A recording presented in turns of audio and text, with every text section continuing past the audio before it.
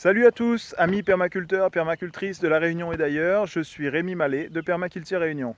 Alors, pendant cette période de confinement et de crise sanitaire, on a décidé tous les jours de vous proposer une petite vidéo sur un thème autour de la permaculture.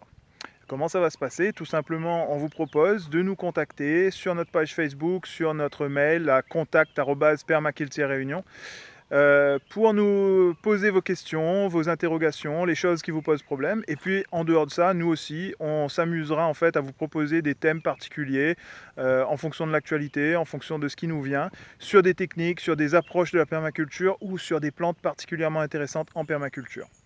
Alors pour aujourd'hui, pour commencer, je vous propose de nous intéresser à cette plante qui se trouve juste derrière moi, que vous pouvez peut-être pour certains reconnaître. Il s'agit du bringélier marron, Solanum mauricianum de son nom scientifique. Alors cette plante, elle existe un petit peu partout dans les zones tropicales et elle est très envahissante, considérée comme très envahissante. Pourquoi? Parce qu'en fait c'est une plante pionnière.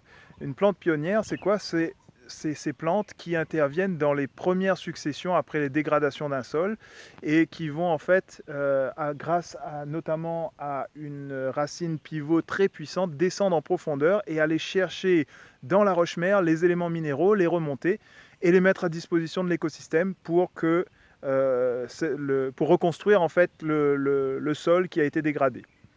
Donc, alors cette plante-là, elle est super intéressante en permaculture. Pourquoi? Parce que, comme je vous l'ai dit déjà, elle contribue à reconstruire le sol. Elle est riche en phosphore et en potasse notamment. Donc elle met ces éléments-là à disposition de l'écosystème. Et puis elle remonte beaucoup d'éléments minéraux. Alors ce qu'on pratique en fait, c'est la technique du chop and drop. Donc en anglais, couper et déposer. Donc en fait, on coupe la plante et on la dépose au sol. Et qu'est-ce qui se passe? Elle va se dégrader et remettre tous ces éléments minéraux qu'elle a remontés de la roche-mère à la disposition de l'écosystème dans votre sol. En dehors de cela, elle est également utilisée chez nous dans le compost. On en met pas mal parce que c'est un excellent activateur du compost. Riche en azote, riche en tout un tas d'éléments minéraux. Donc c'est excellent pour votre compost, pour la diversité de votre compost. On l'utilise également, alors là c'est les techniques anciennes, ce que nos anciens en faisaient, hein.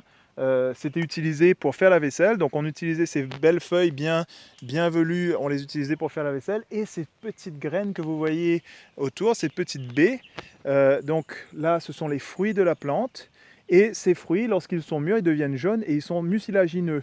Donc mucilagineux, ils ont un petit peu l'apparence et la consistance d'un savon et les anciens s'en servaient pour laver la vaisselle. Alors, une autre utilisation bien en lien avec notre actualité du moment, c'était que cette feuille servait de papier toilette. Et oui, alors il faut bien s'en servir, faisons bien attention, la petite touche d'humour du jour. Vous voyez ce côté vert foncé, c'est celui qu'il faut utiliser. Si vous retournez la feuille, vous voyez derrière, c'est beaucoup plus clair. Et en fait, pourquoi c'est beaucoup plus clair? C'est parce que ce côté de la feuille est recouvert d'un duvet qui est très urticant. Alors surtout ne vous trompez pas, ou sinon vous vous en souviendrez. Alors voilà pour cette belle plante très intéressante en permaculture et très intéressante dans notre actualité du moment. Je vous souhaite de bien expérimenter avec la permaculture et on se retrouve demain avec une autre petite vidéo. Et d'ici là, prenez soin de vous.